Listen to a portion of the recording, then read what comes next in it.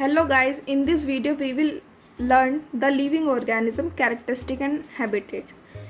Chapter 9 है, हम इसके बारे में पढ़ेंगे. ठीक है, लिविंग ऑर्गेनिज्म के बारे में. ठीक है, तो सबसे पहले मैं आपको ये बता दूं कि जैसे कि आप डिफरेंट प्लेसेस पे विज़िट करते हैं. ठीक है, जैसे कि आप ऋषिकेश गए या फिर आप डेजर्ट में गए. ठीक है, राजस्थान गए आप. ठीक है, तो वहाँ के क्या वेदर में क्या बहुत ज़्यादा डिफरेंस है. ठीक है, क्या क्योंकि डेजर्ट में बहुत ज़्यादा हॉट है, यानी कि बहुत ही ज़्यादा गर्मी रहती है, वहाँ पे टेम्परेचर बहुत ज़्यादा रहता है. और उसी जगह ऋषिकेश में अगर आप जाएंगे तो वहाँ पर क्या टेम्परेचर कम होगा और वहाँ पे आपको बहुत ठंड लगेगी. ठीक है, फिर ऋषिकेश में आप माउंटेन्स पे चढ़ेंगे तो वहाँ पे क्या डिफरेंट तरीके के प्लांट्स होंगे, ट्रीज़ होंगे, जो कि हमारे नॉर्मल प्लेन्स पे नहीं देखने को मिलते. जैसे कि आपके घर के पास जो कुछ प्लांट्स हैं या ट्रीज़ हैं वो आपको हिमालय पे बिल्कुल उससे अलग ट्रीज़ देखने को मिलेंगे. ठीक है, अब उसी जगह पे आप डेजर्ट में चले जाओ. डेजर्ट में आपको क्या देखने को मिलेगा? कैक्टस देखने को मिलेगा. ठीक है, तो वहाँ पे क्या कैक्टस आप यहाँ थोड़ी ना उगाओगे,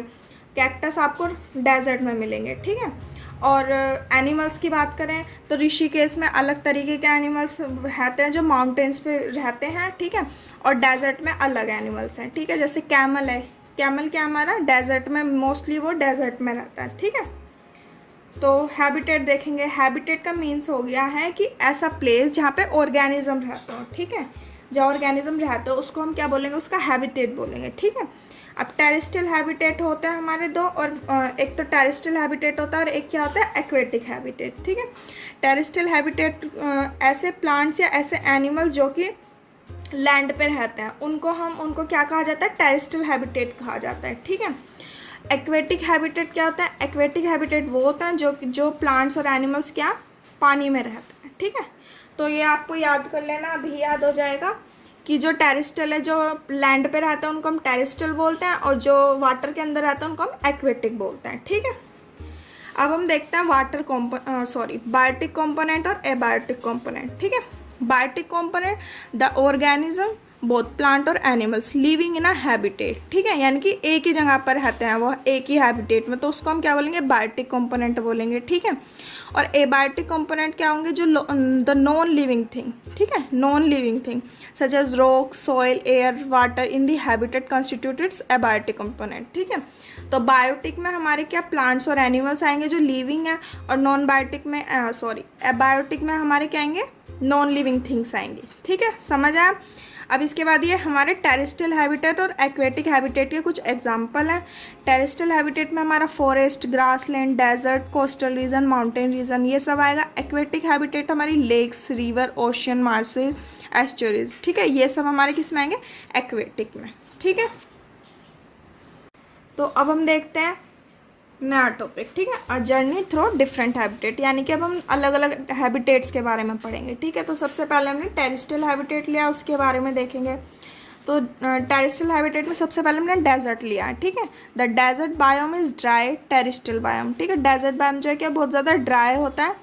it consist of habitat that receive very little rainfall each year, generally less than 50 centimetre. ठीक है, यानी कि ऐसे इस हैबिटेट में क्या होता है यहाँ पे कि बहुत ज़्यादा कम रेन होती है हर साल. ठीक है, बहुत कम रेन होती है. डेजर्ट अब देखेंगे यहाँ के प्लांट्स और एनिमल्स कौन कौन से जो यहाँ पे रहते हैं. ठीक है, तो desert plant include vegetation such as yuccas, agaves, brittle bushes, लैक्सेजेस, prickly pears, cactus, saguaro cactus. ठीक है, तो ये सब है ना वहाँ के प्लांट्स हैं जो वहाँ पर रहते हैं. ठीक है, तो आप इनकी स्पेलिंग सहित इसको अच्छे से याद कर लेना. ठीक है, एग्जाम में पूछा जा सकता है ये क्वेश्चन. ठीक है, फिर हम आगे देखते हैं डेजर्ट एनिमल. ठीक है, अब डेजर्ट में एनिमल्स कौन कौन से होते हैं? तो डेजर्ट के एनिमल्स कौन कौन से होते हैं?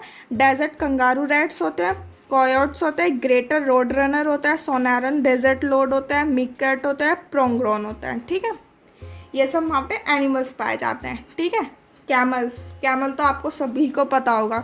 ठीक है, ship of desert is camel.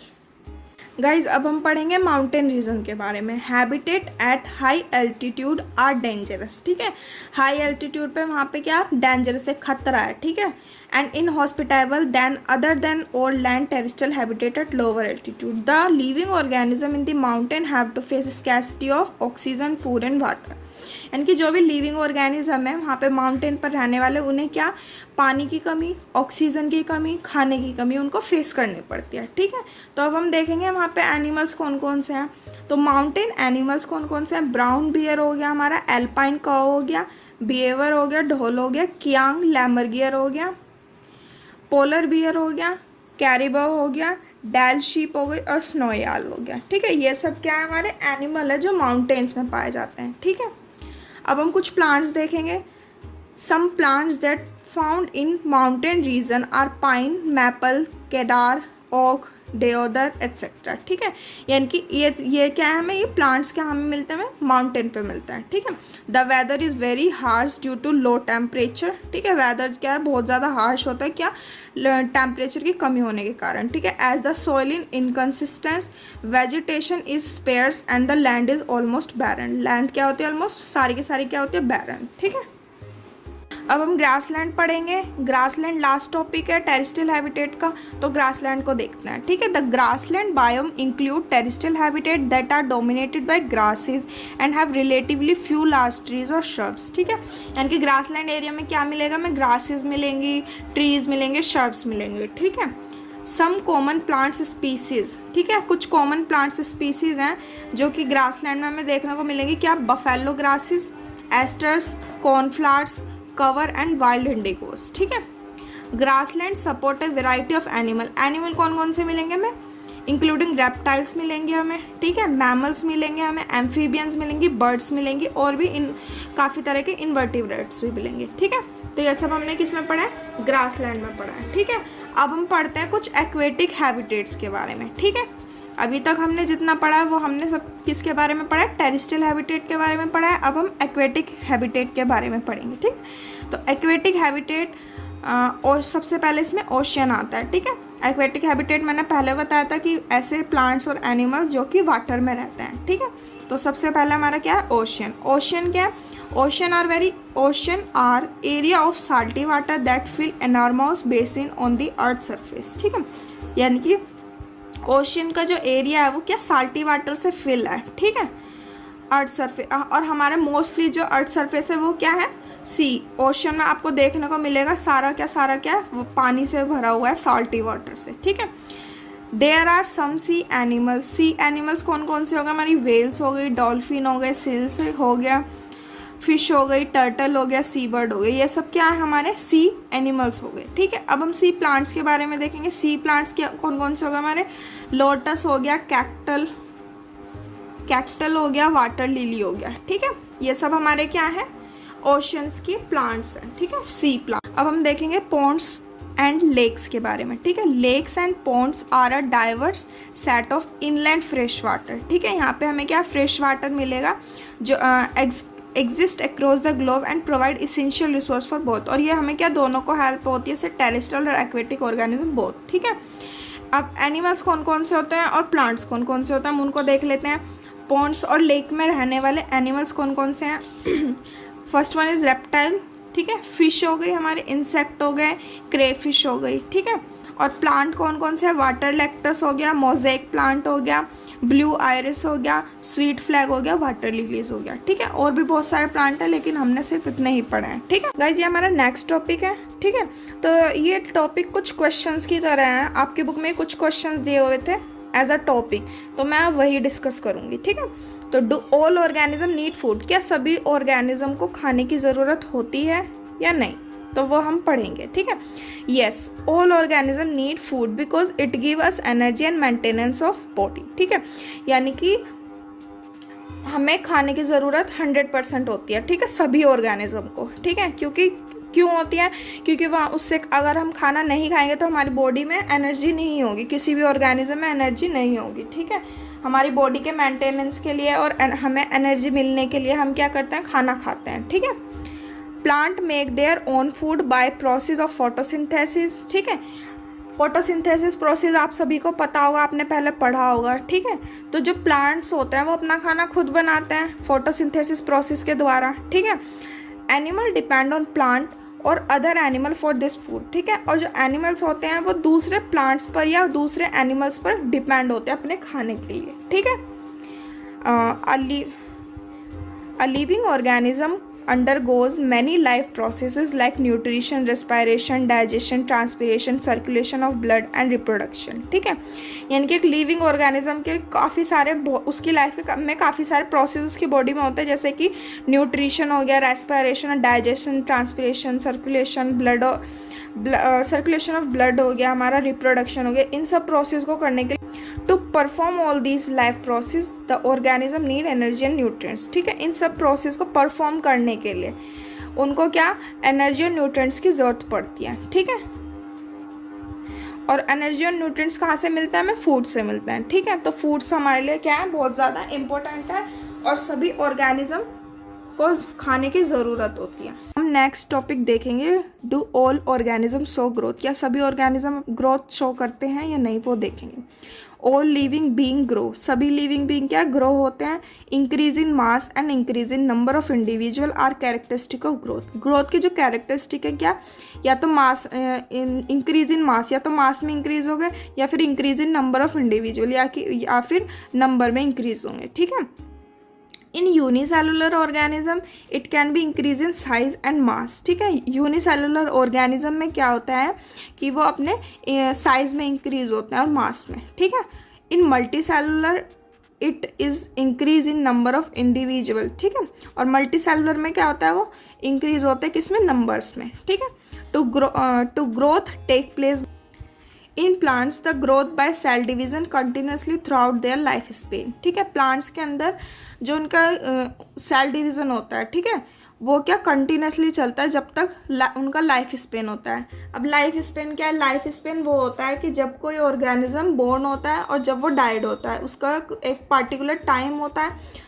As होती है, तो हम उसको क्या बोलते हैं? लाइफ स्पेन बोलते हैं। ठीक, देखेंगे next question, do all organism reproduce their own kind? क्या सभी ऑर्गेनिज्म अपने जैसे से रिप्रोड्यूस करते हैं ओन काइंड? तो अब हम उसको देखेंगे। Many bird lay their egg in the next. कुछ जो बर्ड्स होती है वो अपने नेक्स्ट में क्या अंडों को रखती हैं। Some egg hatch and young bird come out of them. ठीक है, कुछ जो वो होती हैं, कुछ एग जो है वो हैच हो जाते हैं, जिससे क्या उनके अंदर से यंग बर्ड क्या उनके अंदर से निकलती है। ठीक है, animal reproduce their own kind. ठीक है, animal reproduce their own kind. ठीक है, एनिमल्स अपने जैसे से ही रिप्रोड्यूस करते हैं। द मोड ऑफ रिप्रोडक्शन में भी डिफरेंट इन डिफरेंट एनिमल। ठीक है, हर डिफरेंट एनिमल में डिफरेंट मोड होता है रिप्रोडक्शन ऑफ मोड। ठीक है, सेक्सुअल रिप्रोडक्शन दो तरीके का हो गया हमारा, एक असेक्सुअल रिप्रोडक्शन और एक सेक्सुअल रिप्रोडक्शन। ठीक है, ये हम आगे पढ़ेंगे नेक्स्ट क्लासेस में। कहाँ थे हम? Some animal produce their young one through eggs. कुछ एनिमल जो है अपने यंग वन को प्रोड्यूस करते हैं किसके द्वारा? एग के द्वारा। Some animal give birth to young ones. ठीक है, कुछ एनिमल जो है अपने जैसों को बर्थ जन्म देते हैं। ठीक है, प्लांट आर आल्सो रिप्रोड्यूस। ठीक है, many plant reproduce through seed. Some plant also reproduce through part other than seed. ठीक है, कुछ प्लांट्स जो होते हैं वो सीड के द्वारा रिप्रोड्यूस करते हैं, और कुछ प्लांट्स जो होते हैं वो सीड से प्लांट के अलग पार्ट्स के द्वारा भी वो क्या रिप्रोड्यूस करते हैं। अब हम नेक्स्ट टॉपिक देखेंगे अपना, do all organism respire? When we breathe out the air move from inside our body to outside. जब भी हम सांस लेते हैं तो हमारी क्या जो एयर है हमारी बॉडी के अंदर वो अंदर से बाहर की तरफ जाती है। Breathing is part of process called respiration. Breathing किसका पार्ट है? रेस्पायरेशन। ठीक है, यानी कि एक ऐसा प्रोसेस जिसमें हम सांस लेते हैं उस प्रोसेस को हम क्या बोलते हैं? रेस्पायरेशन बोलते हैं। क्या बोलते हैं? Respiration. Some animal may have different mechanism for exchange of gases. कुछ एनिमल्स के पास डिफरेंट मैकेनिज्म होते हैं गैसेस को एक्सचेंज करने के लिए। The process of breathing in animal like cow, dog, cat, human. ठीक है, इनका जो ब्रीथिंग प्रोसेस होता है एनिमल्स में, जैसे कि काउ, डॉग और ह्यूमंस हो गए। In plant exchange of gases in plant mainly take place through leave. और प्लांट के अंदर क्या होता है? लीव्स के द्वारा ये गैसेस को एक्सचेंज करते हैं। ठीक है, और ये सभी के लिए इम्पोर्टेंट है। जो लिविंग थिंग्स हैं वो क्या गाइज। अब हम अपना लास्ट टॉपिक देखेंगे, डू ऑल ऑर्गेनिज्म मूव। ठीक है, क्या सभी के सभी जो ऑर्गेनिज्म है वो मूव करते हैं एक प्लेस से दूसरे प्लेस तक? तो अब हम उसके बारे में पढ़ेंगे। ठीक है, all living organism show movement of one kind of another. ठीक है, या वन काइंड और अनदर। जो भी लिविंग ऑर्गेनिज्म है वो मूवमेंट शो करते हैं एक तरीका या और भी काफ़ी तरीके के अलग अलग मूवमेंट वो शो करते हैं। ठीक है, और living organism have internal movement which means that they have ability to moving substance from one part to of their body to another, ठीक है। यानी कि कुछ लिविंग ऑर्गेनिज्म ऐसे होते हैं जिनके अंदर इंटरनल मूवमेंट होता है, ठीक है। यानी कि जिसका मतलब उनके पास एबिलिटी है एक जगह से दूसरे जगह तक जाने की अपनी बॉडी को लेकर के, ठीक है। अपनी बॉडी के साथ एक जगह से दूसरी जगह तक जाने की उनके अंदर एबिलिटी है, ठीक है। Some living organism show external movement as well as by walking, flying और स्विमिंग। कुछ ऑर्गेनिजम्स जो है वो एक्सटर्नल मूवमेंट है, जैसे कि वॉकिंग हो गया, फ्लाइंग हो गया, स्विमिंग हो गया, ठीक है।